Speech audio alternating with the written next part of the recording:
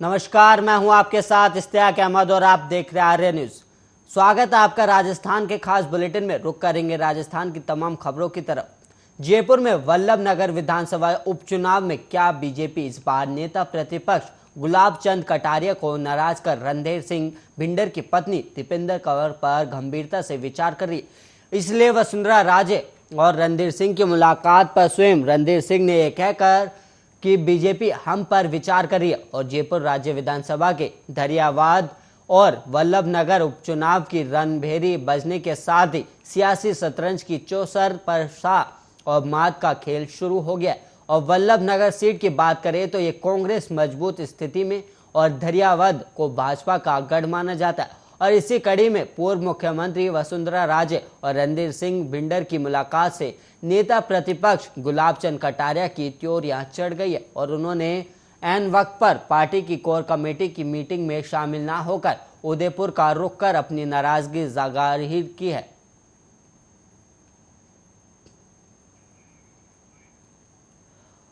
और वहीं श्रीगंगानगर के गढ़साना में नहर के पानी के लिए सुलगी चिंगारी अब भड़क गई है। हजारों किसानों ने शनिवार देर रात डीएसपी समेत करीब 150 पुलिस के जवानों को बंधक बना लिया और उन्हें सुबह भी बाहर नहीं आने दिया गया।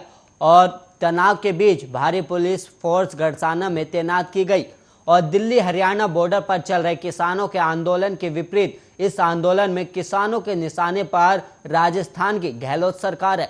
और ये वो किसान है जो खेत छोड़कर सिंचाई के लिए पानी की डिमांड करे और किसानों को डर है कि कुछ दिन में उन्हें पानी नहीं दिया गया तो उनकी हजारों एकड़ फसल बर्बाद हो जाएगी।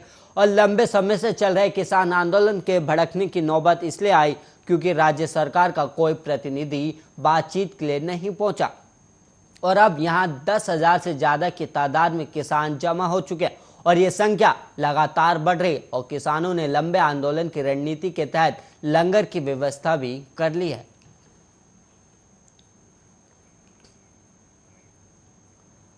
और वहीं राजस्थान में 2 विधानसभा सीटों धरियावाद और वल्लभ नगर में मतदान 30 अक्टूबर को होना है, लेकिन ये दोनों सीटें कांग्रेस पार्टी के लिए जीतना कितना जरूरी है इसका अंदाजा इस बात से लगाया जा सकता है कि राजस्थान के मुख्यमंत्री अशोक गहलोत खुद इन सीटों की कमान अपने हाथ में ले चुके हैं। और यही कारण है कि मुख्यमंत्री अशोक गहलोत उपचुनाव में प्रचार का शंखनाद करने जा रहे। और अशोक गहलोत 7 अक्टूबर को धरियावाद और 8 अक्टूबर को वल्लभ नगर विधानसभा सीट पर चुनावी सभा करते दिखाई देंगे। और 7 अक्टूबर को मुख्यमंत्री अशोक गहलोत धरियावाद के लसाड़िया झरला और धरियावाद में सभा करेंगे। और वहीं 8 अक्टूबर को सीएम अशोक गहलोत वल्लभ नगर में 3 चुनावी सभाओं को संबोधित भी करेंगे। और इस दौरान प्रदेश प्रभारी अजय माकन और गोविंद सिंह डोटासरा भी मुख्यमंत्री अशोक गहलोत के साथ मौजूद रहेंगे। पायलट को लेकर अभी सस्पेंस राजस्थान में दोनों विधानसभा सीटों पर हो रहे उपचुनाव में पहले यह तय हुआ था कि प्रभारी अजय माकन और प्रदेश अध्यक्ष गोविंद सिंह को एक बार दोनों विधानसभा सीटों का दौरा करेंगे और संभावित नामों के पैनल तैयार करेंगे, लेकिन अजय माकन की तबीयत खराब होने के चलते उस कार्यक्रम को स्थगित करना पड़ा। और अब मुख्यमंत्री के साथ ये दोनों नेता 7 अक्टूबर और 8 अक्टूबर को दोनों विधानसभा सीटों पर प्रचार करते हुए दिखाई देंगे।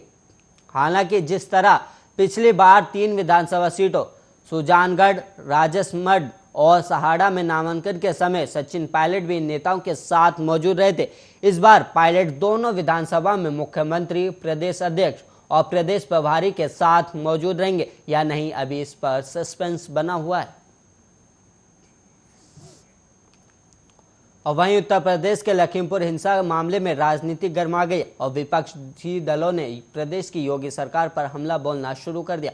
और वहीं कांग्रेस महासचिव प्रियंका गांधी देर रात पीड़ित किसानों से मिलने के लिए लखीमपुर रवाना भी हुई थी, लेकिन यूपी पुलिस ने उन्हें सीतापुर के हर गांव में हिरासत में ले लिया।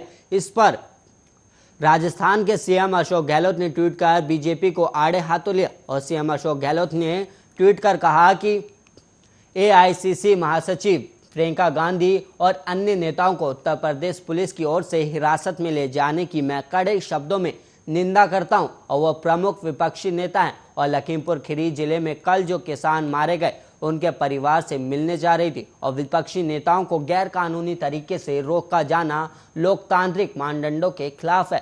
और पहले शांतिपूर्ण विरोध प्रदर्शन करे किसानों पर बीजेपी नेताओं के काफिले की गाड़ियां चढ़ाकर उनको बर्बरता से मार दिया गया।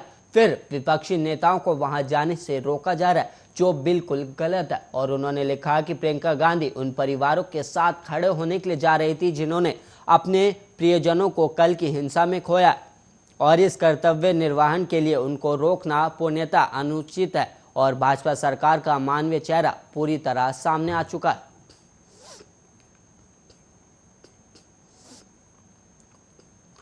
और वहीं राजस्थान में एक बार फिर से बयानबाजी का दौर शुरू हो गया। मुख्यमंत्री अशोक गहलोत के फिर से सरकार बनाने के बयान के बाद बीजेपी प्रदेश अध्यक्ष सतीश पूनिया ने कहा कि इस बार सरकार बचाना तो दूर, टेम्पो लायक विधायक भी कांग्रेस के नहीं आएंगे। और पूनिया के इस बयान पर सिरोही से निर्दलीय विधायक संयम लोढ़ा ने बीजेपी पर निशाना साधा। निर्दलीय विधायक संयम लोढ़ा ने ट्वीट कर कहा कि राजस्थान और महाराष्ट्र में मुंह की खाई प्रदेश अध्यक्ष इस्तीफा देकर उपचुनाव करा लें तो खुद की सीट भी नहीं बचा पाएंगे। और अक्सर अपने बेबाकी बयानों को लेकर सुर्खियों में रहने वाले सिरोही विधायक संयम ने ट्वीट के जरिए बीजेपी प्रदेश अध्यक्ष सतीश पूनिया पर हमला किया। और संयम ने ट्वीट कर कहा कि मध्य प्रदेश, कर्नाटक, गोवा हारे और विधायक खरीद कर सरकार गिराई, और बंगाल, केरल, तमिलनाडु में कमल का कीचड़ फैला नहीं सके, और राजस्थान और महाराष्ट्र में मुंह की खाए और इस्तीफा देकर देख लो, खुद की विधानसभा सीट भी नहीं बचा पाओगे।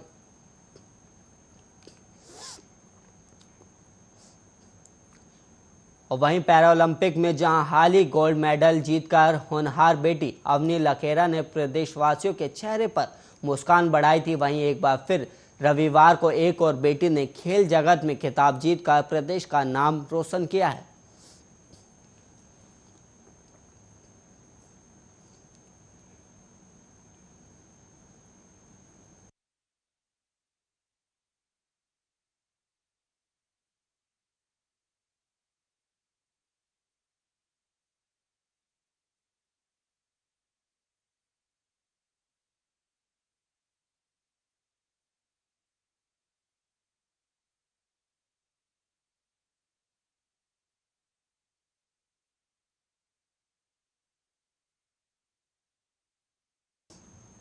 रोशन किया है। और उल्लेखनीय है कि अजमेर की बेटी स्वस्ति आर्य चौधरी ने झुंझुनू में आयोजित स्टेट महिला बॉक्सिंग चैंपियनशिप में गोल्ड मेडल जीता है और लगातार तीसरी बार गोल्ड मेडल जीतकर स्वस्ति ने अजमेर का नाम रोशन किया।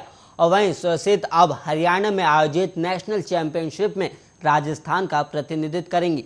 और वहीं आपको बता दें कि झुंझुनू में आयोजित स्टेट महिला बॉक्सिंग चैंपियनशिप में अजमेर की स्वस्ति आर्य चौधरी ने भी भाग लिया, और स्वसित ने शानदार प्रदर्शन करते हुए भरतपुर के महिला बॉक्सर को करारी शिकस्त देते हुए गोल्ड मेडल प्राप्त किया।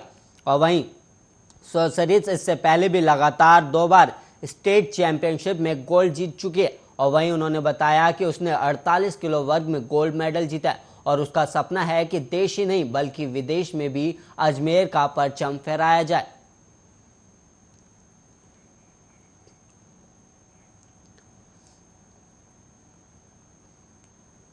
और वहीं राजस्थान को तरबतर कर चुका मानसून अब विदाई लेने वाला है। जोधपुर और बीकानेर संभाग के कुछ भागों से अगले हफ्ते मानसून की रवानगी हो जाएगी।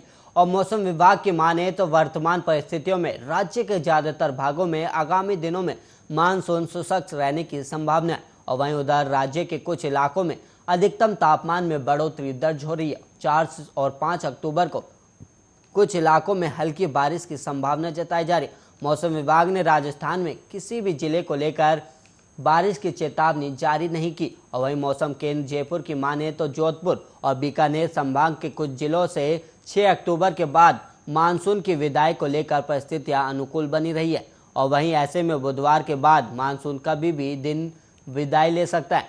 हालांकि पूर्वी राजस्थान में मानसून की विदाई 10 अक्टूबर के बाद मानी जा रही है, और इससे भी साफ हो रहा है कि पूर्वी राजस्थान में अभी हल्की और मध्यम दर्ज की बारिश कुछ दिनों और आ सकती है।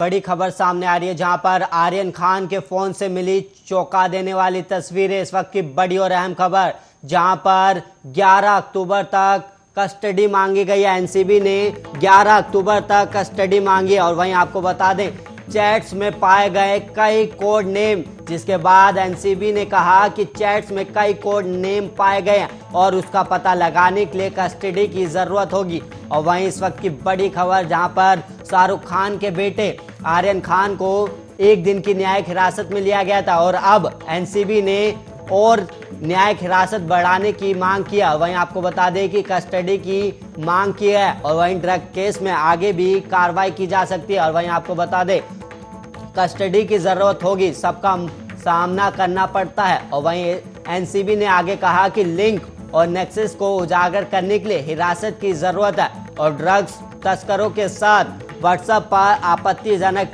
चैट्स की जा रही है और इस मामले में अभी भी छापेमारी की जा रही है। और वहीं आर्यन के फोन में मिली आपत्तिजनक चीजें, ड्रग्स केस से आगे भी बड़ी गिरफ्तारी होने की उम्मीद है। इस वक्त की बड़ी और अहम खबर, जहां पर आर्यन के फोन में मिली आपत्तिजनक चीजें से एनसीबी ने कस्टडी की मांग की है। और वहीं आपको बता दें, ड्रग्स केस में आगे भी बड़ी गिरफ्तारियां हो सकती हैं, जिसके बाद एनसीबी ने आर्यन खान की कस्टडी आगे बढ़ाने की मांग की है, जिसको लेकर एनसीबी ने दावा किया है कि इस आर्यन खान से पूछताछ के बाद ड्रग्स केस में आगे भी कई बड़ी गिरफ्तारियां होने की उम्मीद है, जिसके बाद एनसीबी ने आर्यन खान की कस्टडी 11 अक्टूबर तक मांगी है।